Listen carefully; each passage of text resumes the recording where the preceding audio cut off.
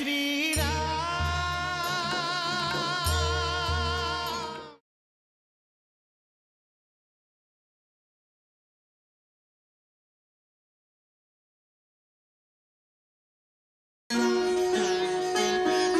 जय श्री राम, जय जय श्री राम।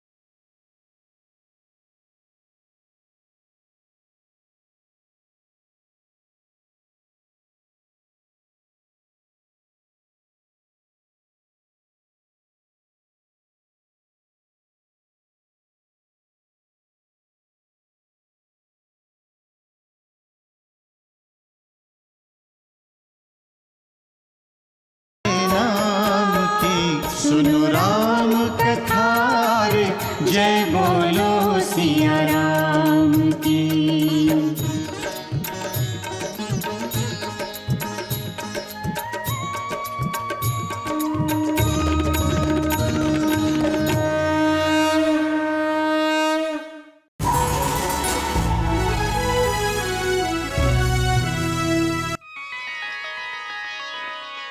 রাজধর্মে আবদ্ধ এই রাম নিরুপায় সীতা, হয়তো তুমি তা বুঝতে পারছো।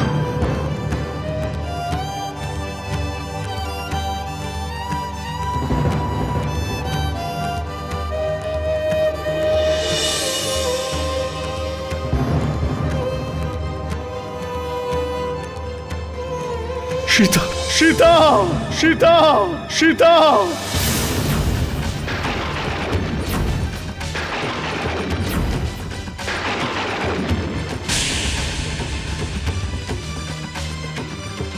কি হয়েছে স্বামী? আপনি কোনো দুঃস্বপ্ন দেখেছেন? সীতা, এটাকে তুমি স্বপ্ন বলো না, মনে হচ্ছে এটা ভবিষ্যতের সংকেত। সীতা, আমাকে ছেড়ে যেও না, তুমি আমাকে ছেড়ে যেও না। তোমাকে ছাড়া এই রাম অসম্পূর্ণ। সীতা, আমাকে ছেড়ে যেও না তুমি।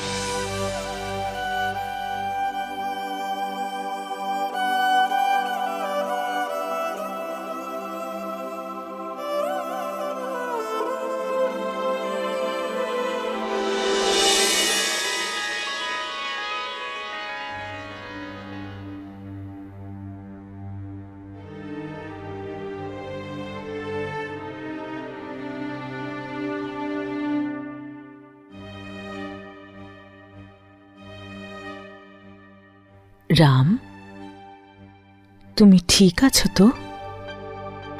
মাতা, তুমি কি জানো রাবণ এখনো মারা যায়নি?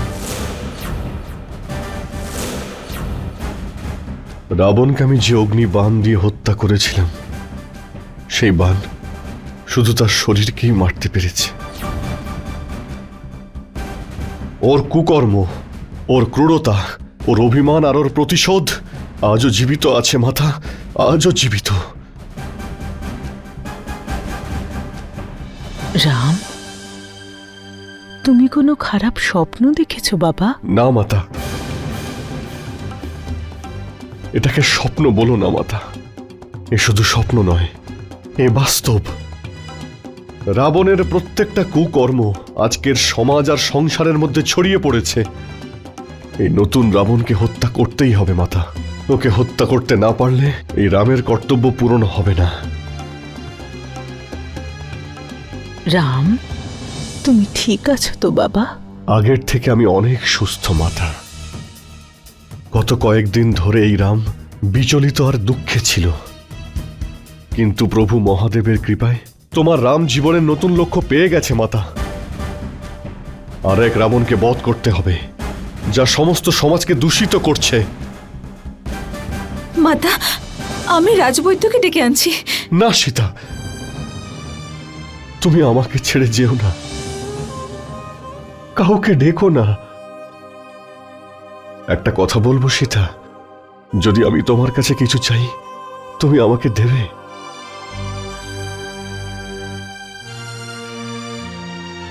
আপনি বলুন না স্বামী।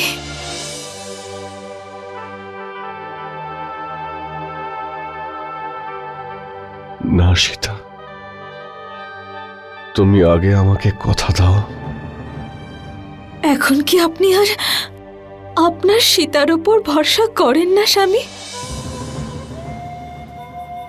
আপনার মুখ থেকে নির্গত প্রত্যেকটা শব্দ সীতার কাছে প্রতিজ্ঞার সমান অটল। আপনার সীতা তার নিজের প্রাণ ত্যাগ করতে পারে, জ্বলন্ত অগ্নিকুণ্ডের মধ্যে প্রবেশ করতে পারে,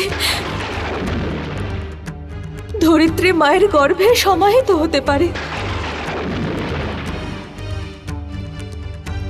কিন্তু আপনার কথাকে কখনো মিথ্যে হতে দিতে পারে না। আপনি বলুন না স্বামী। তুমি জানো সীতা, এই নতুন রাবণকে হত্যা করতে আমাদের কি করতে হবে? এই নতুন রাবণকে শক্তি দিয়ে নয়, যুক্তি দিয়ে মারতে হবে। ত্যাগ আর আদর্শের মহান উদাহরণের মাধ্যমেই ওকে হত্যা করা সম্ভব।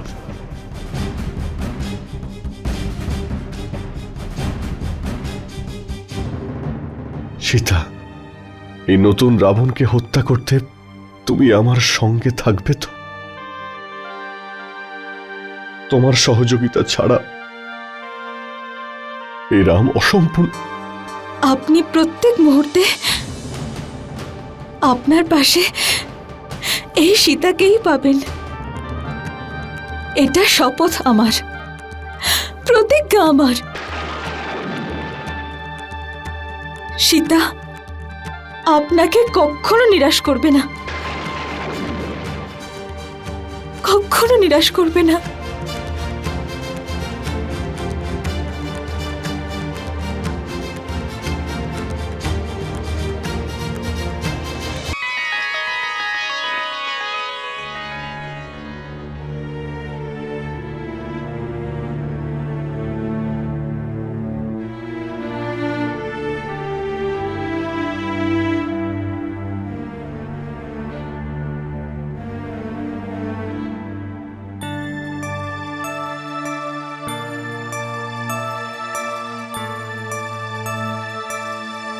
হনুমান, ওখানে কেন দাঁড়িয়ে আছো? এখানে আমার সামনে এসো।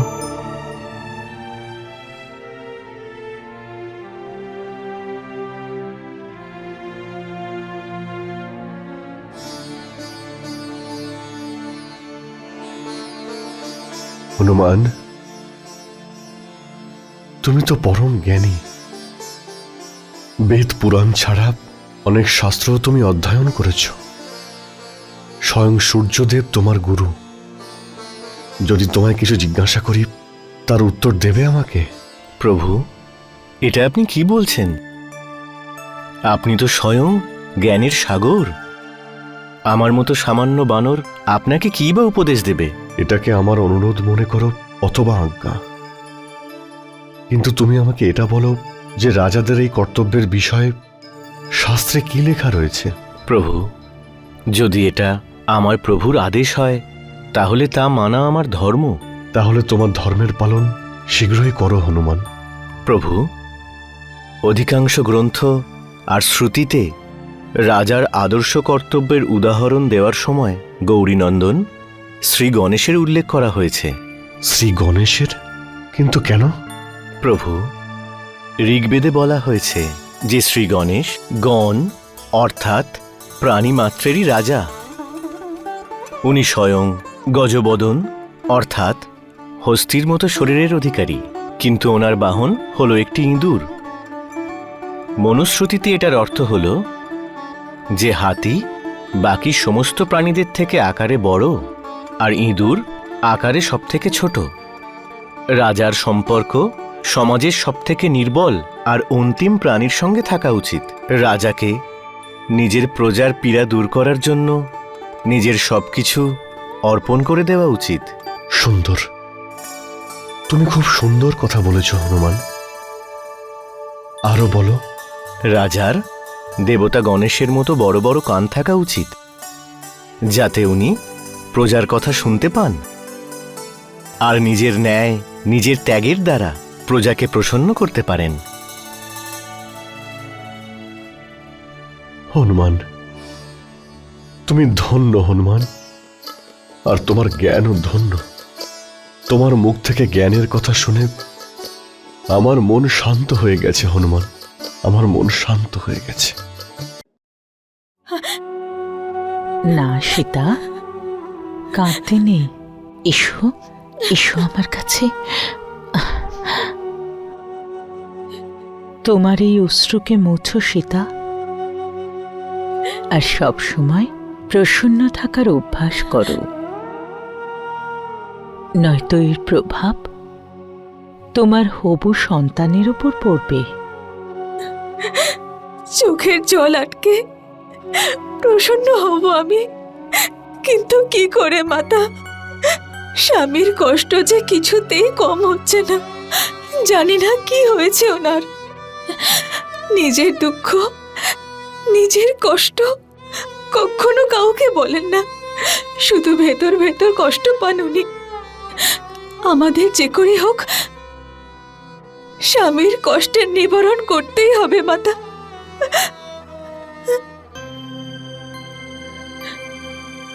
মাতা, তোমার বৌমাদের সাধের অনুষ্ঠান কখন থেকে শুরু হবে?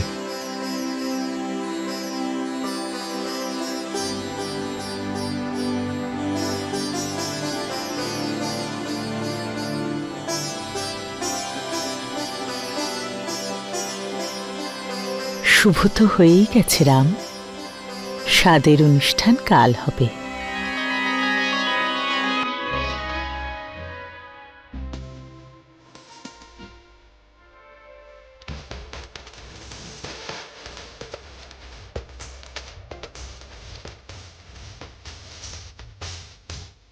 छाया महलों में हर्ष अपार, छाया महलों में हर्ष अपार, गोद भराई है सीता मैया की गोद भराई है।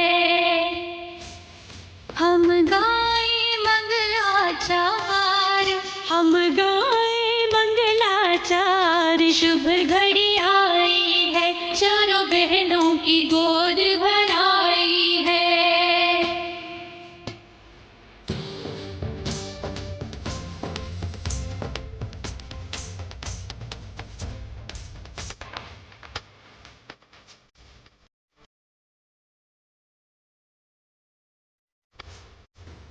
फल फूलों से इनकी गोद भरो और आशीष दो के फले फूले, तीनों दादियों के झोली में कर झूले। आगे बढ़ने चला है परिवार, आगे बढ़ने चला है परिवार, बधाई है बधाई है चारों बहनों की गोद भराई है।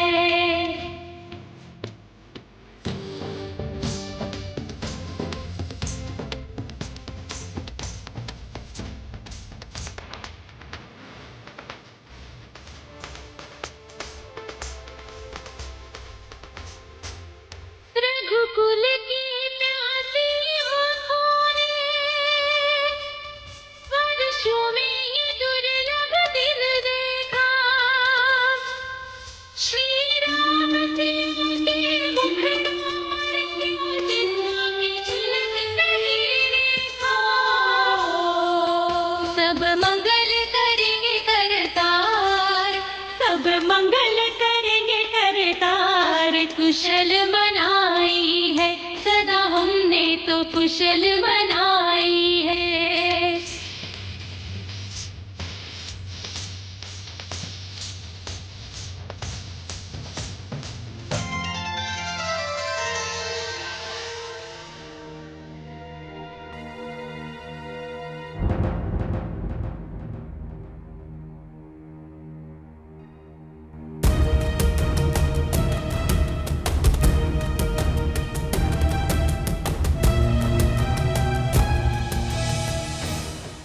আর আর কি বলছে প্রজাগণ? প্রজারা বলছে যে স্ত্রী এতদিন রাক্ষস রাবণের কাছে ছিল তাকে তারা পবিত্র মানতে পারবে না। আর ওরা ওরা আপনার অগ্নি পরীক্ষাকেও মিথ্যা বলছে। ওরা সবাই নানা কুকথার মাধ্যমে আপনার সাথে মহারাজকেও দোষী মানছে।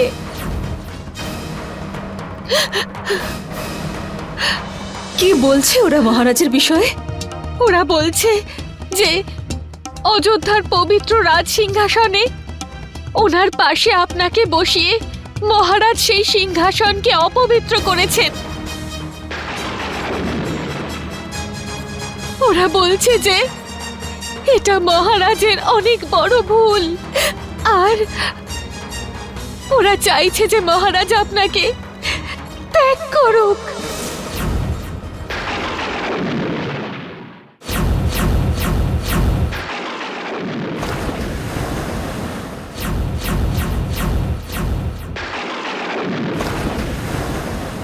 আর ব্যাস চম্পা, ব্যাস চুপ কর এবার, চুপ কর চম্পা।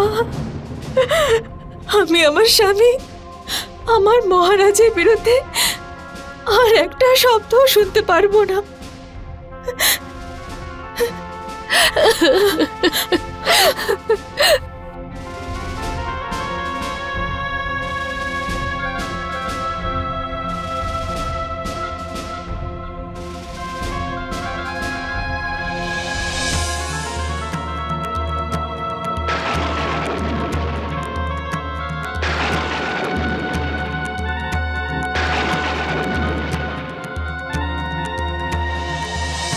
जय श्री राम,